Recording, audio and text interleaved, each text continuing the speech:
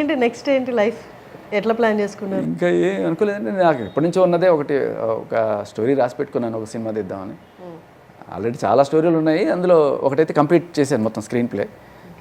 చూడాలి, ఏదైనా మంచి ఆపర్చునిటీ వస్తే take it forward. And congratulations baby. Baby bye. ఇందాక వస్తుంటేనే అడిగారు ఒకళ్ళు, కరెక్ట్గా బేబీ పుట్టిన నెక్స్ట్ డేనే వచ్చేసారు. 1 day ముందు వచ్చింటే మీకు అసలు కరెక్ట్గా డెలివరీ టైంకి ఉండేవాళ్ళు అంటే, అవునండి 1 day ముందే వచ్చేవాడిని, కానీ నేను వచ్చేటప్పటికి 1 day సారని చెప్పారు. 1 day ముందు రమ్మన్నారు, వచ్చేటప్పటికి 1 day సారని చెప్పారు. అంటే your first child? Second child. Okay. Arranged marriage or love marriage? Love marriage. Okay, love marriage. రేడియోలో ఉన్నప్పుడే తన పరిచయం. అలా she was also radio jockey? No fan. అలా పరిచయం. Oh fan. ఏంటి మీరు ఆర్జే క్రిష్ మీరంతా ఏంటి ఫ్యాన్స్ని పెళ్లి చేసేసుకుంటున్నారు? అలా కుదిరిందా? అంతే, కుదిరింది. కుదిరింది. అసలు ఏంటి మీకు మళ్ళీ అంటే ఏమో ట్విస్ట్లు ఇస్తుంటారు కదా బిగ్ బాస్లో, మళ్ళీ పిలవడం అలాంటి ఛాన్స్లు కూడా ఏం లేవా? ఏం తెలియదండి ఇంకా. కానీ మీరు ఇట్లా ఇంటర్వ్యూస్ ఇచ్చేయడం వాళ్ళకి, ఇస్ దట్ ఫైన్? ఇంటర్వ్యూస్ ఇవ్వచ్చా? ఇవ్వాలి. వాళ్ళకి హైప్ కావాలి కదా, బిగ్ బాస్ గురించి బజ్ ఉండాలి కదా. నేను ఒకటి విన్నాను, how far this is true చెప్పండి. బిగ్ బాస్కి వెళ్ళే వాళ్ళకి 2 ఆప్షన్స్ ఇస్తారంట, డబ్బులు కావాలా, ఫైనల్ వీక్ దాకా స్టే కావాలా. నా వరకు అయితే అట్లాంటివి రాలేదు. చాలా ఫెయిర్గా, చాలా క్లియర్గా ఉండింది. నేను కూడా ఏమి బేరాలు గీరాలు ఏమి ఆడలేదు. సో కాబట్టి నాకు ఏ రకమైన డీటెయిల్స్ ఇది.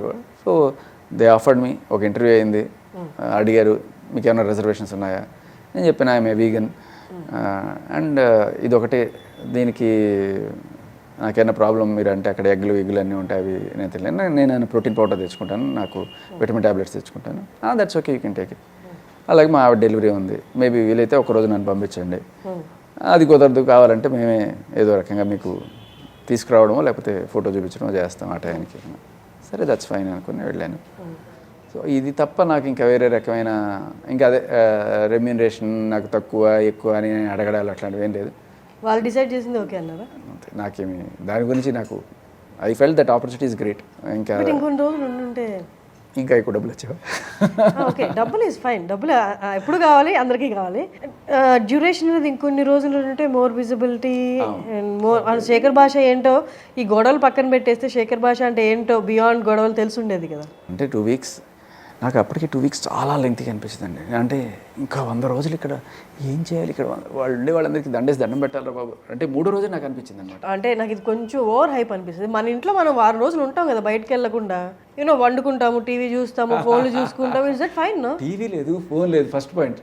వీళ్ళు ఉన్నారు కదా చుట్టుపక్కల, వాళ్ళే ఉంటారు, రోజు వాళ్ళే ఉంటారు, ఏం ఉండదు, పొద్దున్న లేచి ఏం చేయాలో తెలియదు. అంటే బిగ్ బాస్ టాస్క్ ఇచ్చేదాకా రోజు అదే పని ఉంటుంది.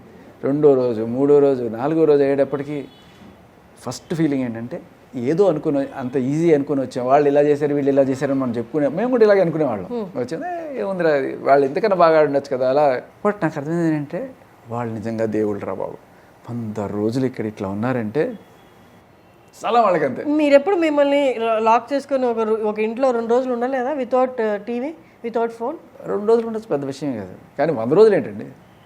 బట్ నేను అదే చెప్తున్నా, ఒక వారం అయ్యేటప్పటికి మనుషులు అందరూ అడ్జస్ట్ అయ్యి పర్లేదు మనం ఉండొచ్చు అనుకున్నాం. సో ఉండేవాడినే, కానీ ఏమైందంటే ఈ ఫుడ్ ప్రాబ్లమే నాకు మెయిన్ కన్సర్న్ అయిపోయింది. ఒకసారి కన్వర్ట్ అయిపోయిన తర్వాత వీగన్గా నేను ఐ కుడెంట్ గో బ్యాక్.